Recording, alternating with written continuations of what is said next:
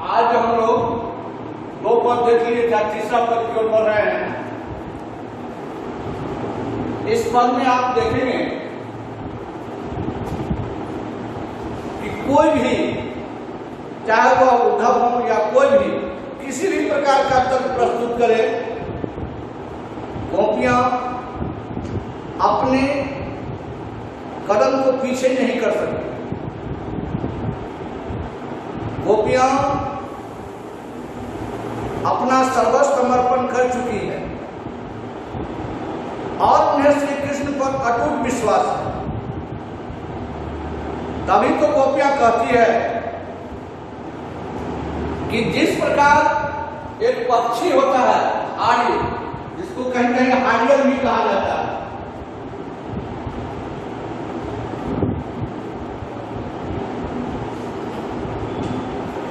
वह हमेशा एक लकड़ी के टुकड़े को दबाए हुए रखता है।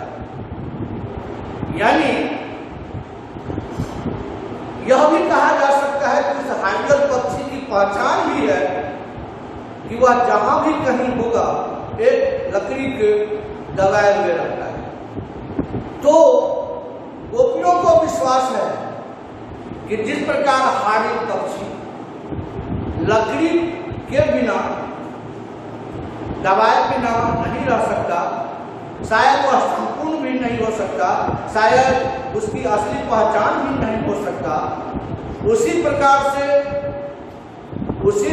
से गोपियां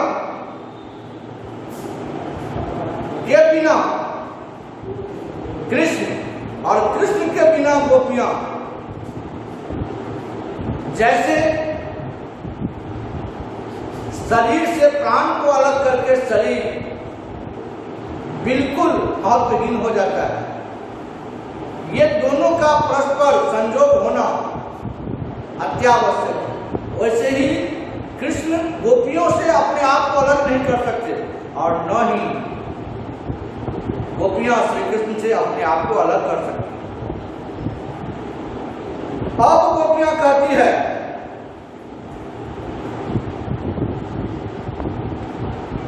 कि सोते जागते सुबह शाम, इतना ही नहीं, स्वप्न में भी हर समय उनके दिल और दिमाग में सिर्फ एक ही बात, एक ही नाम, एक ही स्वरूप ध्यान में रखता है और वह और कोई नहीं बल्कि उसके आराध्य, उसके प्रेमी, उसके इष्टदेव, उसके सर्वस्व श्री कृष्ण ही। जो गोपियां सोते जागते सुबह शाम, यहां तक कि स्वप्न में भी अपने आप को कृष्ण से जुदा नहीं कर सकती, क्या उद्धव के योग से संबंधित तर्क गोपियों को इससे विचलित कर सकती है?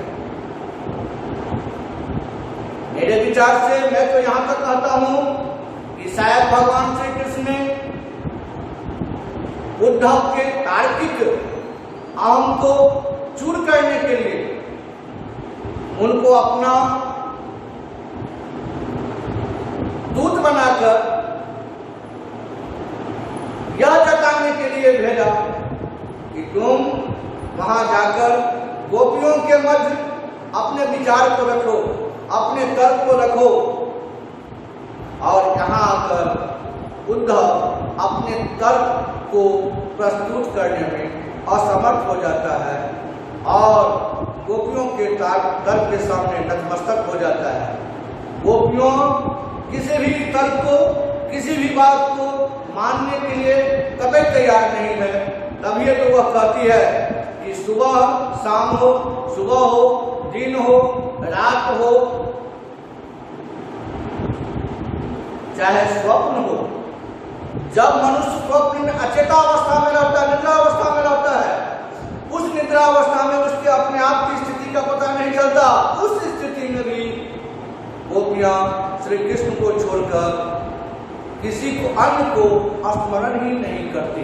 अर्थात गोपियां अगर जीवन धारण की हुई है तो कृष्ण के सहारे, अन्यथा कृष्ण से वह अलग नहीं और शायद कृष्ण भी उससे अलग नहीं है। अब आइए योग संदेश के बारे में। जब उद्धव ने बताया कि प्रेम के रास्ते से हटकर योग के रास्ते पर आओ, गोपियों ने कहा कि आपका जो योग है, प्रेम के रास्ते पर चलने पर आप हमारी स्थिति, किंकटक मूर्खता की स्थिति को भली भांति जान गए हैं, और जिसके बारे में मैं कुछ नहीं जानती वह है जो एक रास्ते पर चलने पर हमारी स्थिति क्या हुई वह जानते हैं।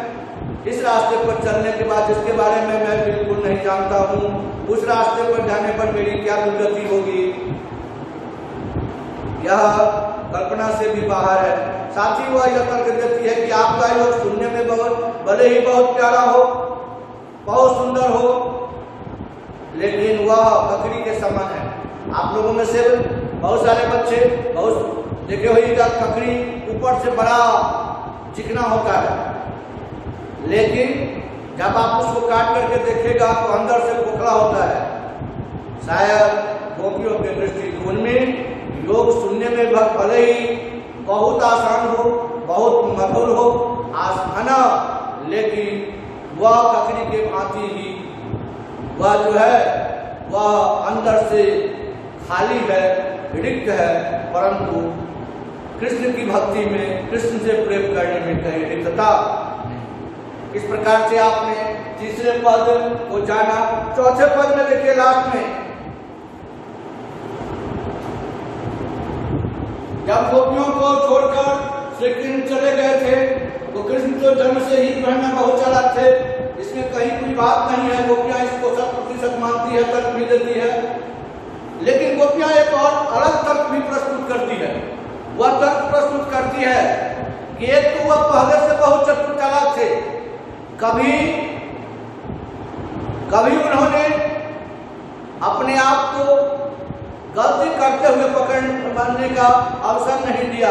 अपने तर्क के द्वारा वे हमेशा बचते चले गए। अब शायद उनको समय भी मिल गया और वे राजनीति के मोटे मोटे बड़ी बड़ी किताबों को, ग्रंथों को पढ़ लिए हैं, जिससे उनका एक दूसरा ज्ञान भी, दूसरे तरफ का ज्ञान भी में भी वे प्रकांड हो गए हैं, पंडित हो गए हैं। हम गोपियों को यह जानकर खुशी हुई कि वे राजनीति में भी परिपक्व हो गए हैं, राजनीतिक हो गए हैं, उनकी बुद्धि बढ़ गई। यह जानकर हमें प्रसन्नता तो हो रही है, परंतु हर जगह, हर तरफ, हर स्थान पर, हर व्यक्ति के साथ राजनीतिक नहीं होनी चाहिए।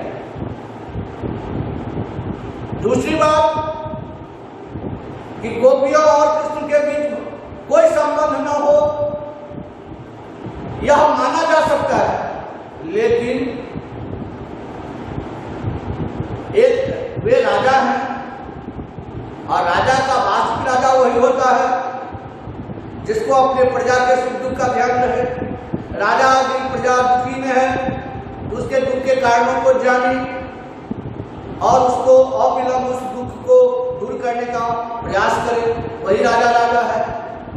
तो इस दृष्टिकोण से भी गोपियों का अधिकार कृष्ण के प्रति, राजा और प्रजा का जो अधिकार होता है, जो संबंध होता है, उसको उजागर करते हुए गोपियां कहती है कि यदि मैं कष्ट में हूं, हम गोपियां कष्ट में हैं, एक राजा होने के नाते उनका यह अधिकार बनता, कर्तव्य बनता है, मेरा अधिकार है, उनका कर्तव्य है कि वे हमारे इस दुख के कारणों को जाने और यथाशीघ्र उस दुख को दूर करने का प्रयास करें। यानी यहाँ भी उद्धव का कोई तर्क, कोई भी विचार, कोई भी भावना जो भड़काने की थी वह कामयाब नहीं रहा। और हम यह देखे, यह पाए कि चारों पदों में ही गोपियां हमेशा उद्धव को यह समझाने का, दर्शाने का यह है ना प्रयास की है कि हमारे तरह कष्ट भले ही हो, योगावस्था भले ही हो, लेकिन तुम अभागे हो, जो तुम भगवान के पास रहकर भी अपने आप को कृत नहीं कर सके। भले ही हमसे कृष्ण दूर हो, हम विरह की अग्नि में जल रहे हों, फिर भी कृष्ण मेरे समीप है और हम कृष्ण में हैं। इस प्रकार से आपने 4 पदों को देखा और 4 पदों को देखने के बाद यह पाठ जो है वह 4 पदों का यह जो पाठ था सूरदास का वह खत्म हुआ। अगले दिन फिर हम लोग एक नया अध्याय को लेकर आएंगे। इस पाठ से संबंधित जो भी कठिनाइयाँ हो, जहाँ कुछ भी हो वह बताएंगे। फिर उसको अगर संभव होगा ही तो हम दोबारा से जय बारा आप लोगों के लिए होगा उसको पढ़ाने का प्रयास करेंगे।